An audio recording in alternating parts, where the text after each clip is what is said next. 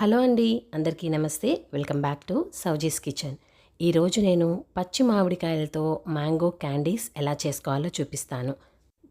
పుల్లగా తీయగా చాలా టేస్టీగా ఉంటాయండి. ఇలా గనక మనం క్యాండీస్ చేసి పెట్టుకుంటే చాలా రోజులు మనం ఈ క్యాండీస్ని స్టోర్ చేసుకోవచ్చు.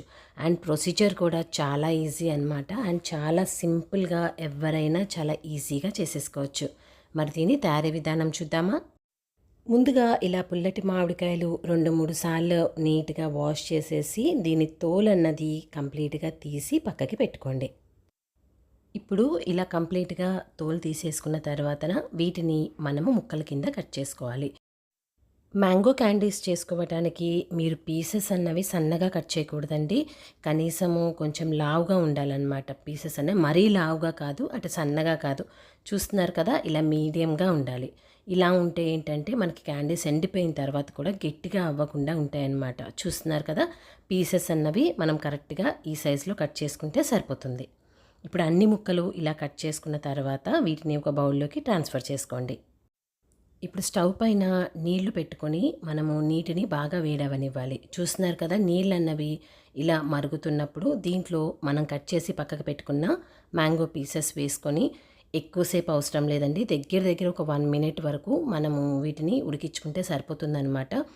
బాగా గుర్తుపెట్టుకోండి, మీరు కొంచెం ఎక్కువసేపు ఉడకపెట్టిన ముక్క అన్నది మెత్తపడిపోతుందన్నమాట. దాని తర్వాత వెంటనే బూజు అన్నది వచ్చేస్తుంది. కాబట్టి చూస్తున్నారు కదా, ఇలా 1 నిమిషం అయ్యి కొంచెం నీళ్ళు ఇలా మరుగుతున్నాయి అనగా మీకు ముక్క ఇలా కొంచెం సాఫ్ట్ అవుతుంది అనగా వీటిని వెంటనే మనం తీసేసుకోవాలి.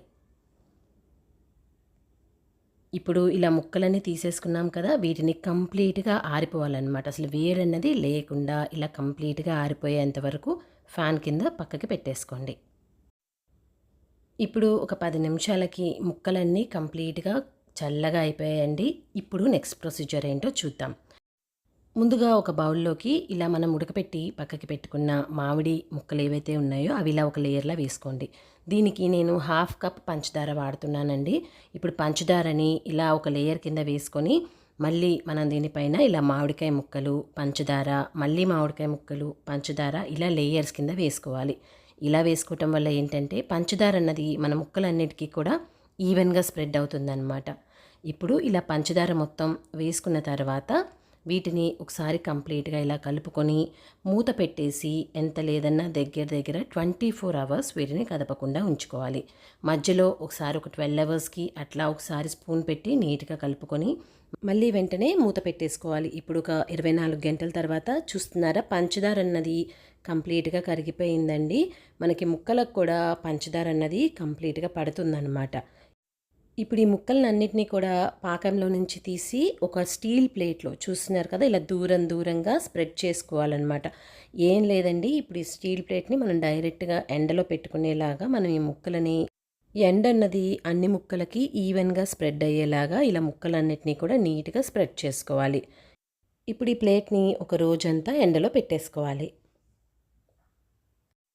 ముక్కలన్నీ తీసేసిన తర్వాత ఈ పాకాన్ని పారబోయాల్సిన అవసరం లేదండి. దీన్ని మనము లస్సీలో కన్నా షర్బత్లో కన్నా ఈజీగా వాడేసుకోవచ్చు. ఇప్పుడు ఒక రోజు తర్వాత చూస్తున్నారు కదా, ముక్కలు అన్నవి మనకి మెత్తగా ఉండాలి. అంటే బయట ఇలా గట్టిగా ఉండి లోపల ఇలా సాఫ్ట్గా ఉండాలి. ఇలా ఉంటే మనకి క్యాండీస్కి మామిడికాయ ముక్కలు అన్నవి పర్ఫెక్ట్గా రెడీ అయిపోయినట్టే. ఇప్పుడు ఈ క్యాండీస్ ఒకదానికొకటి అంటుకోకుండా ఉండటానికి ఇలా 2 టేబుల్ స్పూన్ల పంచదార పొడి వేసుకుందాం. ఈ పంచదార పొడి కంప్లీట్గా అన్ని క్యాండీస్కి పట్టేలాగా నీట్గా కోట్ చేసుకోవాలి. అంతే అండి, ఇలా కోట్ చేసుకున్న తర్వాత మంచి ఎయిర్టైట్ కంటైనర్లో పెట్టుకొని స్టోర్ చేసుకోవటమే.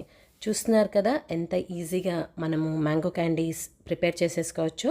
సో ఇంకెందుకు ఆలస్యం, ఒకసారి ఈ రెసిపీ ట్రై చేసి మీకు ఎలా కుదిరింది అనేసి మీ వాల్యుబుల్ కమెంట్స్ కింద కమెంట్ సెక్షన్లో ఇవ్వటం మర్చిపోమాకండి. ఈ వీడియో నచ్చినట్లయితే ఒక లైక్ చేయండి. మీ ఫ్రెండ్స్ అండ్ రిలేటివ్స్ అందరితో షేర్ చేయండి. ఇలాంటి మరికొన్ని ఈజీ అండ్ సింపుల్ రెసిపీస్ కోసం మన ఛానల్ని సబ్స్క్రైబ్ చేయడం మర్చిపోమాకండి. Thanks for watching.